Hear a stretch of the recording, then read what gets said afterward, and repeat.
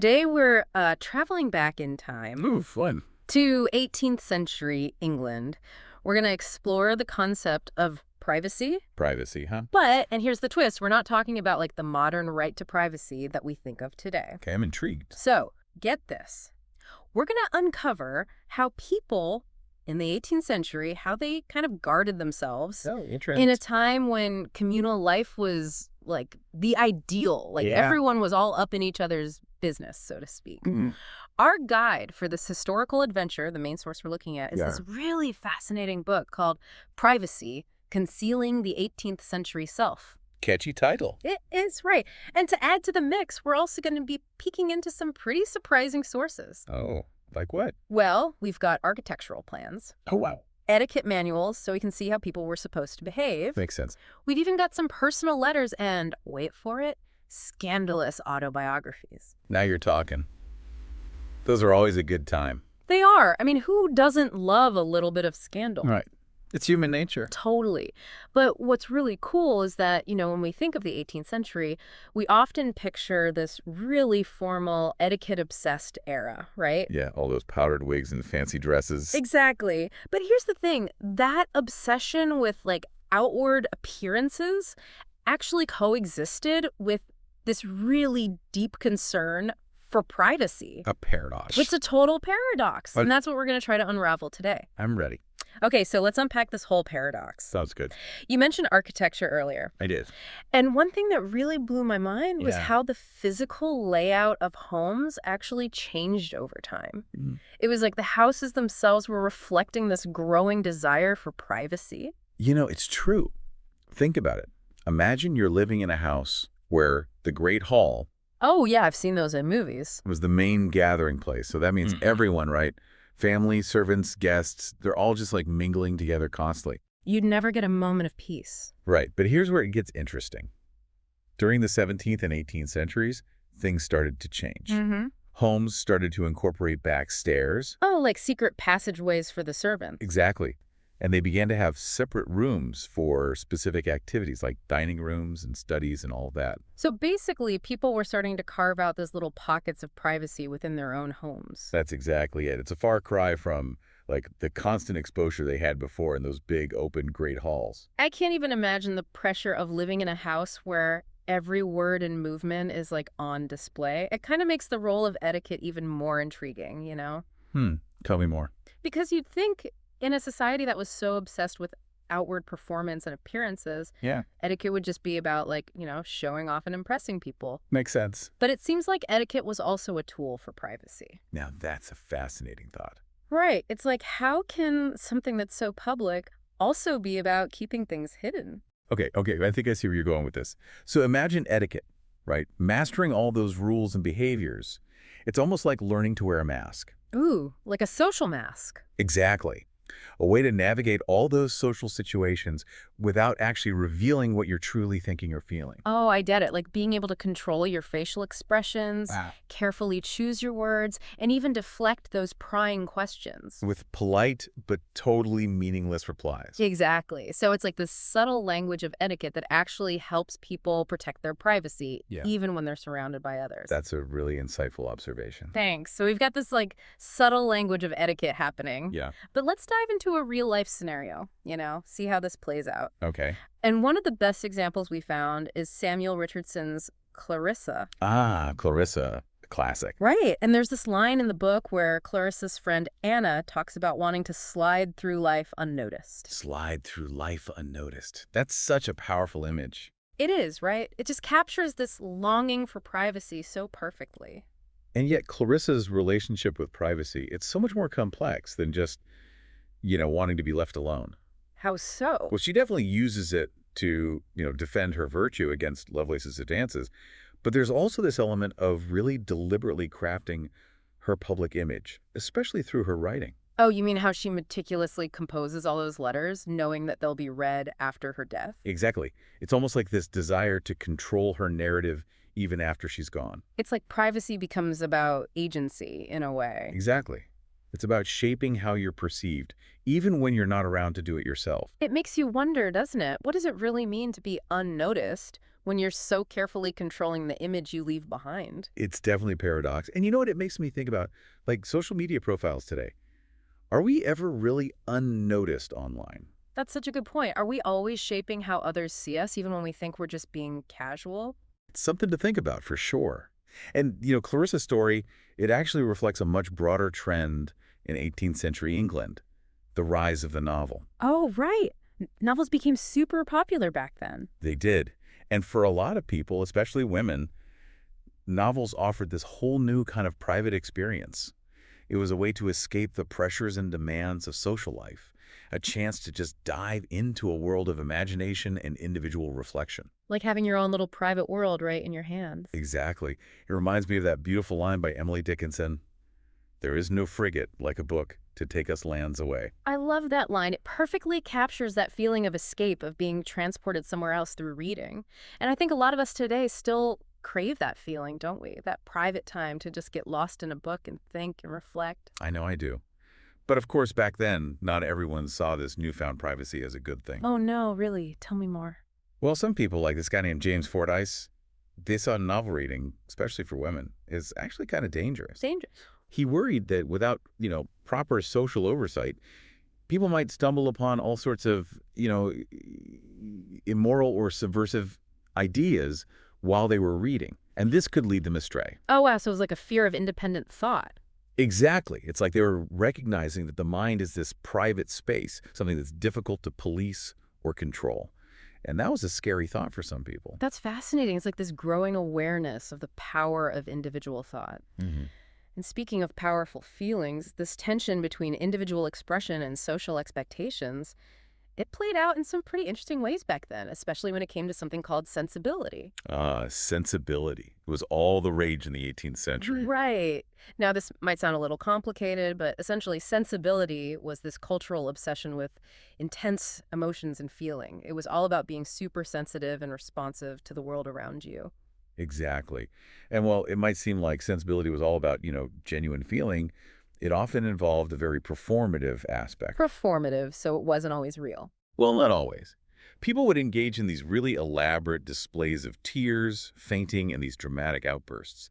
It was almost like a competition to see who could be the most sensitive. Wow, so it was like emotional one-upmanship. Kind of, yeah. Yeah. For example, in Rousseau's novel, Julie, ou La Nouvelle Eloise, there's this character, Julie, whose grief is so excessive, so over the top, that it later turns out to be, well, at least partly insincere. So it's like she's putting on a show for everyone. Exactly. And it makes you question, right? Are we ever truly private in our feelings? Or are they always shaped by, social expectations and this desire to perform for others? That's such a good question. It's like that age-old debate. Are we ever truly being ourselves, or are we always playing a role to some extent? And speaking of roles, that brings us to conversation, which is like the heart and soul of 18th century society. Conversation was an art form back then. It really was. It's amazing how many manuals were dedicated to teaching people how to speak pleasingly and navigate all those social nuances. It seems so different from our modern emphasis on authenticity and just being real, right? Oh, absolutely. There was this constant tension between, like, the ideal of being yourself in conversation, just letting your true personality shine through, Right, being authentic. and the reality that social pressures often demanded a lot of self-concealment and strategic manipulation. Like, you had to know how to say the right thing at the right time, even if you didn't mean it. It sounds exhausting. I probably was. Even John Constable, who wrote a whole treatise on the art of conversation, acknowledged this tension. He advocated for this ability to, and I quote, to be well with himself, but also to be himself. To be well with himself, but also to be himself. That's a great quote. It is, isn't it? And it suggests this constant balancing act that people had to do between expressing their true selves and, navigating all the expectations of polite society. It's so relatable even today. Think about how we adjust our behavior depending on who we're talking to. All the time. Do we ever truly let it all hang out in conversation? Probably not. Right. We're always filtering ourselves to some extent. But maybe what's most striking about all of this is this recurring anxiety about what you call the opacity of others. The opacity of others. Like this difficulty of really knowing what someone else is thinking or feeling. We can never truly know what's going on inside someone else's head. It's true. And it's a theme that feels incredibly modern, don't you think?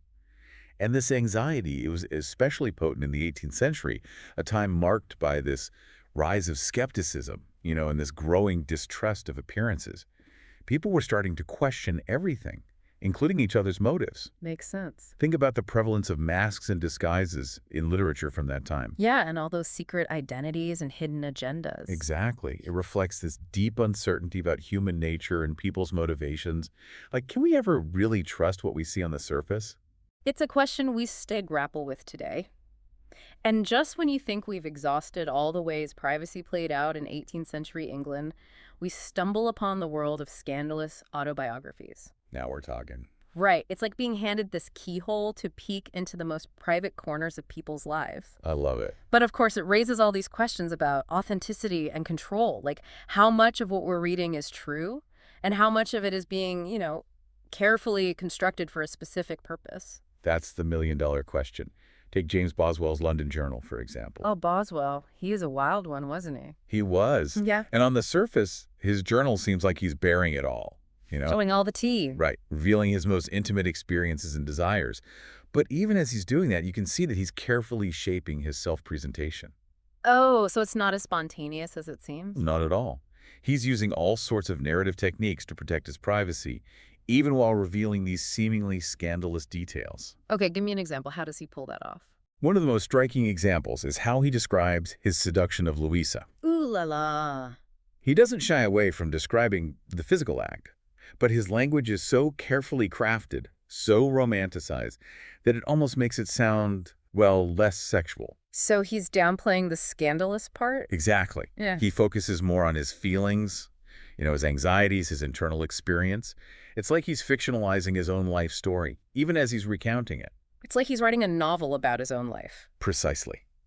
And it makes you wonder, how much can we ever really trust a first-person account? That's a great question. Are we always, to some extent, constructing our own narratives? It seems like the more we dig into this idea of privacy, the more slippery it becomes. It really does. And speaking of slippery narratives, when we talk about those scandalous autobiographies, we can't forget about the women, right? Oh, absolutely not. The women who, they dared to write their own stories. Right. They were breaking boundaries. Exactly. And a lot of times they were challenging social norms and expectations. Yeah, big time. And Letitia Pilkington's memoirs is a perfect example of that. Oh, Pilkington. Yeah, reading her memoirs is like a completely different experience than reading Boswell. In what way? Her writing, it's less polished. It's more raw, more emotionally charged.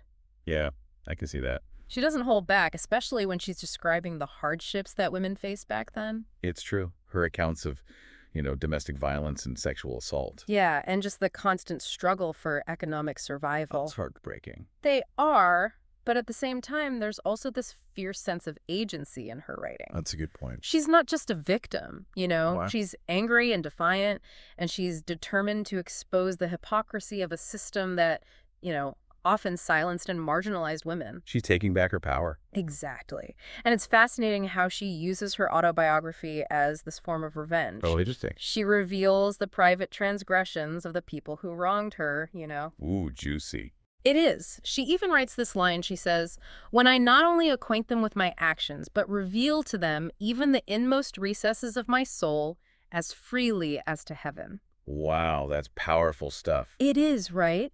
But even as she claims to be revealing everything, you still get this sense that she's controlling the narrative.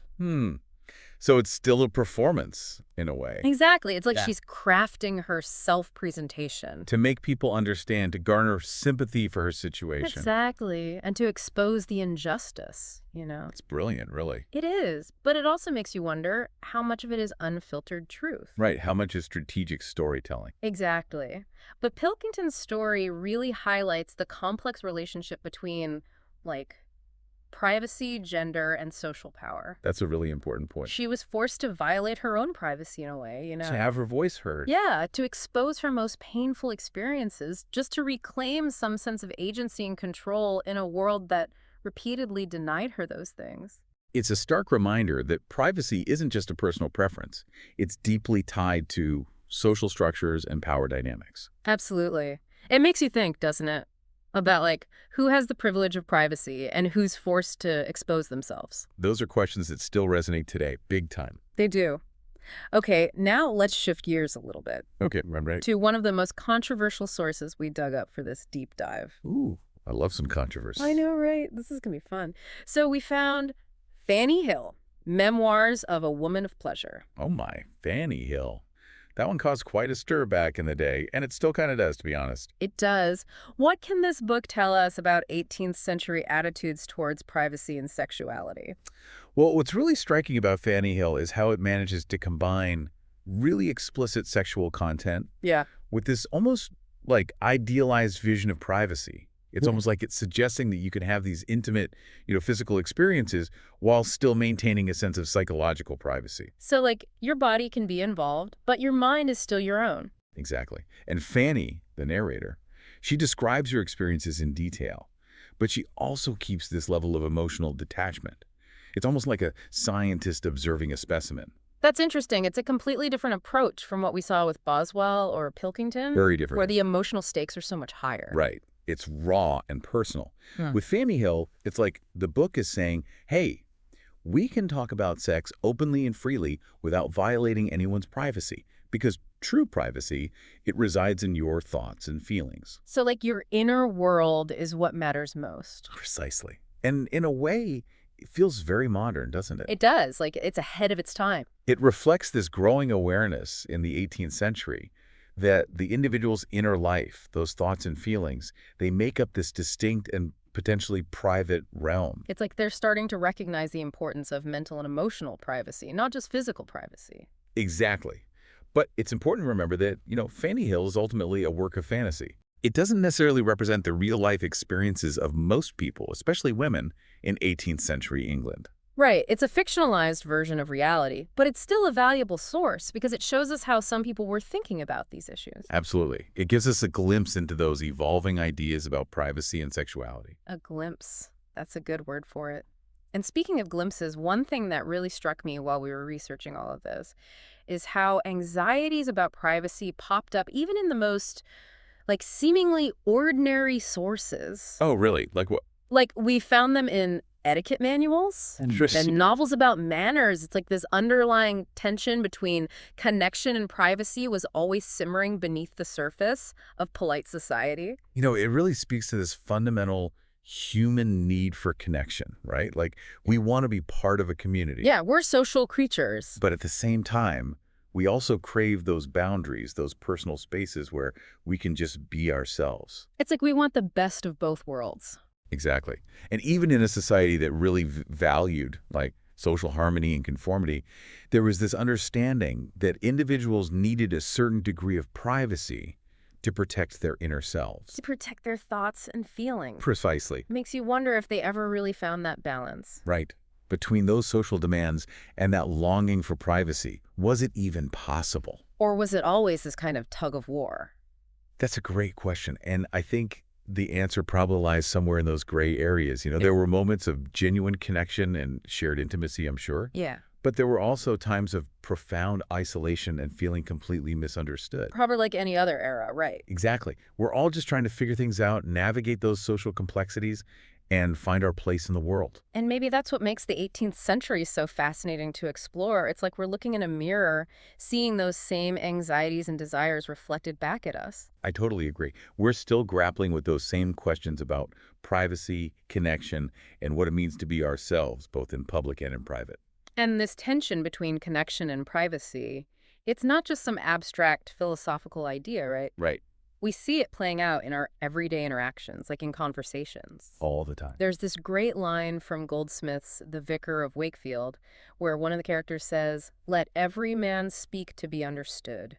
Let every man speak to be understood. Sounds simple enough. Right. But we know that so much of conversation in the 18th century, it was all about subtext. Reading between the lines. Exactly. People would say one thing but mean another. It was like this constant dance of concealment and revelation. Like a game of social chess. Huh? Where everyone is trying to protect their own interests while also figuring out everyone else's motives.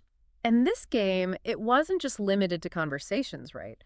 It played out in drawing rooms, coffee houses, letters, and even in novels themselves. The novel almost becomes a metaphor for the whole idea of privacy and self-presentation. That's a great point. Think about a book like Clarissa, where we get to read the characters' most intimate thoughts and feelings through their letters. It's like we're invited into their private worlds, but we also know that those worlds are being, like, constructed and filtered through the act of writing. Exactly. It reminds us that even in our most private moments, we're never truly alone. Our thoughts and feelings, even our sense of self, it's all shaped by the social world we live in, the language we use, and the stories we tell ourselves and others. It's a bit humbling, isn't it? It is. Okay, let's circle back to this idea of reading as a private act for a moment. Okay. Remember that Dickinson line about books being like frigates that take us lands away? It captures that feeling of escape so well, the transportive power of reading. But it also reminds us of the potential dangers that some people saw in that private world of reading. Right. There was this fear that people, particularly women, might come across dangerous or subversive ideas when they were reading alone. Like without the guidance and oversight of the community? Exactly. It's almost like a growing recognition that people can think for themselves. And that those thoughts might not always align with, what society deems acceptable. Precisely. It's like opening Pandora's box. Once you Oh. give people that freedom of thought, who knows what they might come up with. Right, it could lead to all sorts of chaos. And this brings us right back to that theme of, what did you call it, the opacity of others? The opacity of others. The fact that we can never truly know what's going on inside someone else's mind. It's a mystery. It is. And this theme, it pops up everywhere in 18th century literature. We see it in those masks and disguises, the anxieties about hypocrisy and deception, that constant questioning of motives and intentions. It's like everyone is carrying this secret, this hidden self that they're guarding from the outside world. It's like a game of hide and seek. And it's not just about individual psychology either, right? It's tied to those broader social and philosophical shifts that were happening during that time.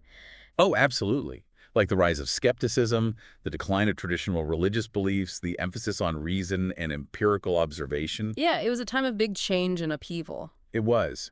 And all of that contributed to this sense of uncertainty about human nature and our place in the world. And that uncertainty, it fuels our fascination with other people's private lives. Of course. It's Yeah. like we're trying to solve a puzzle, you know? Decode all those hidden messages and motivations. Exactly. And this fascination, it plays out in gossip, scandal, voyeurism, and of course the popularity of novels and autobiographies. It's like we can't resist trying to peek behind the curtain. We're all curious creatures. We are. This whole exploration of privacy, it's so compelling because it's not just about historical facts or literary analysis. Right. It's about trying to understand ourselves and each other, connecting, relating, and trying to lift that veil of secrecy to find some meaning and truth.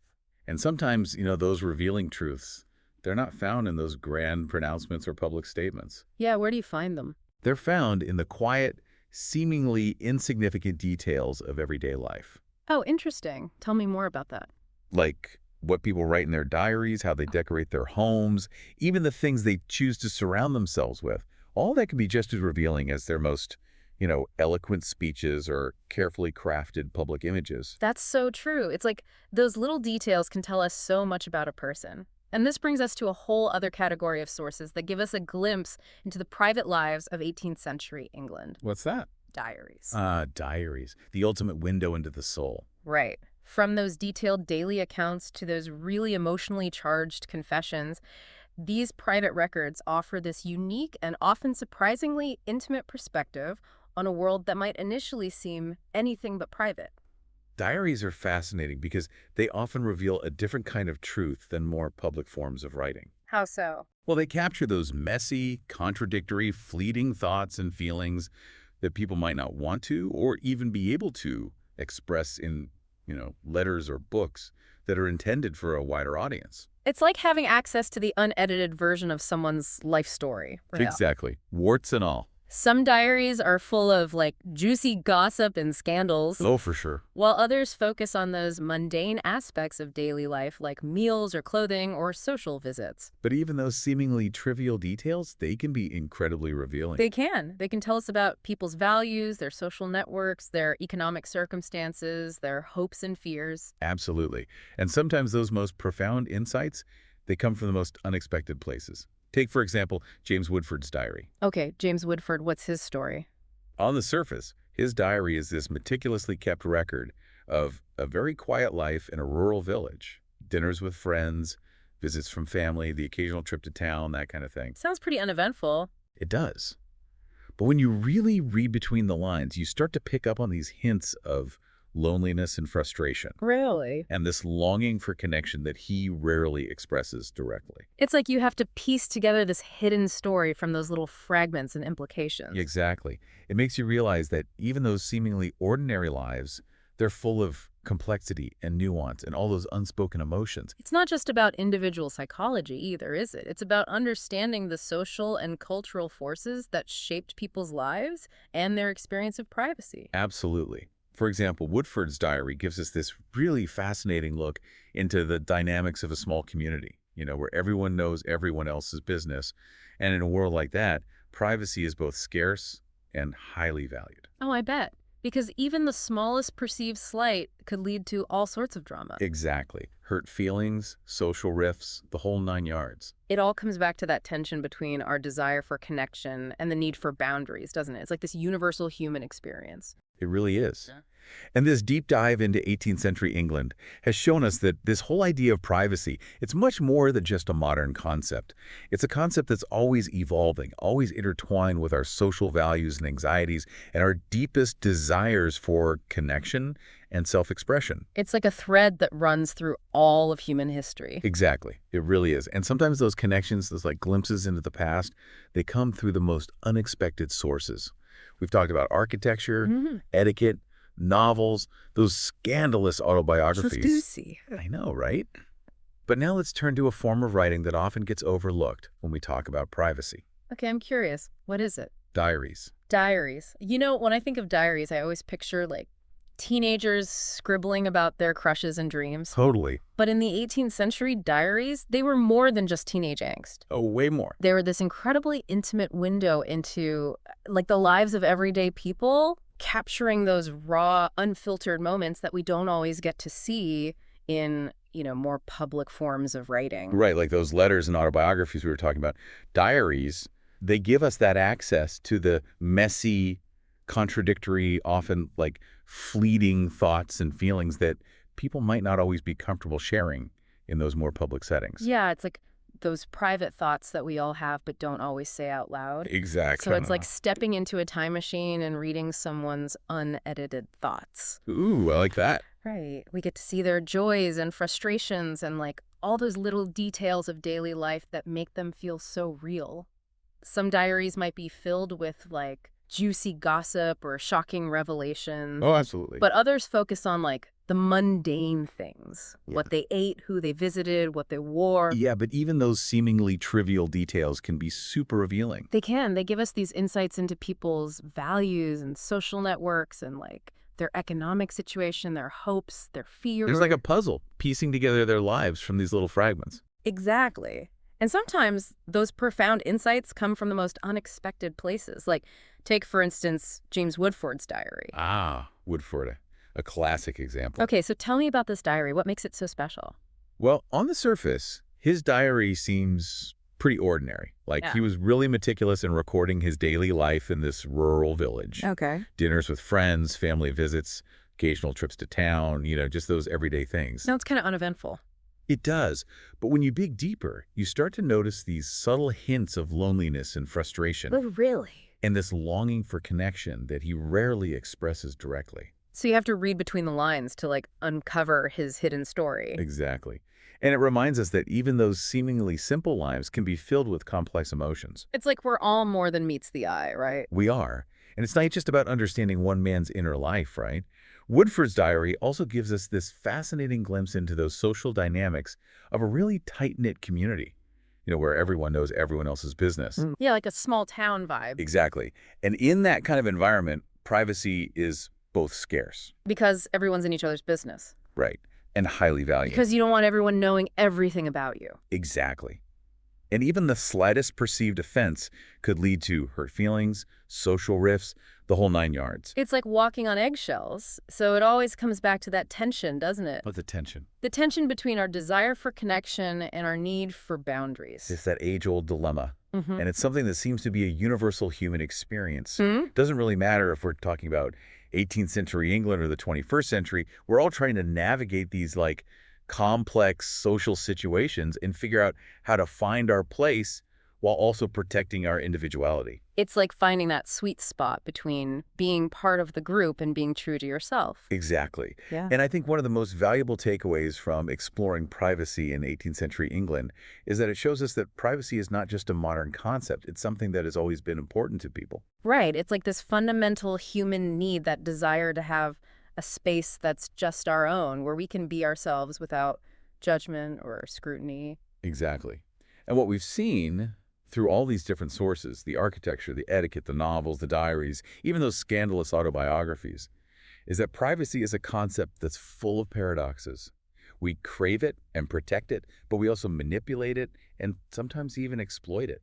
It's like a constant dance, trying to find that balance between what we reveal and what we conceal. And that dance continues today, Yeah. perhaps even more so in our hyper-connected world. That's so true. It's like we're all leaving these digital footprints everywhere we go. And those footprints, they can reveal a lot about who we are, even if we don't intend for them to.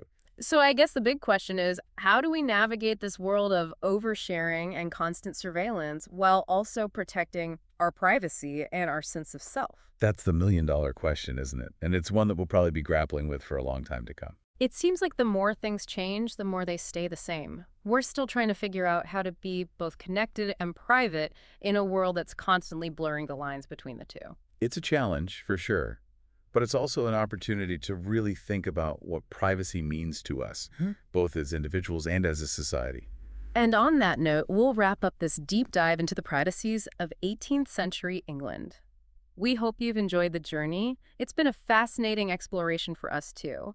We've learned a lot about the past, but we've also learned a lot about ourselves and those timeless questions that we all grapple with as human beings. It's been a pleasure diving into this with you. Likewise. And to all our listeners, we hope you'll join us next time for another. Until then, keep exploring and keep those conversations going.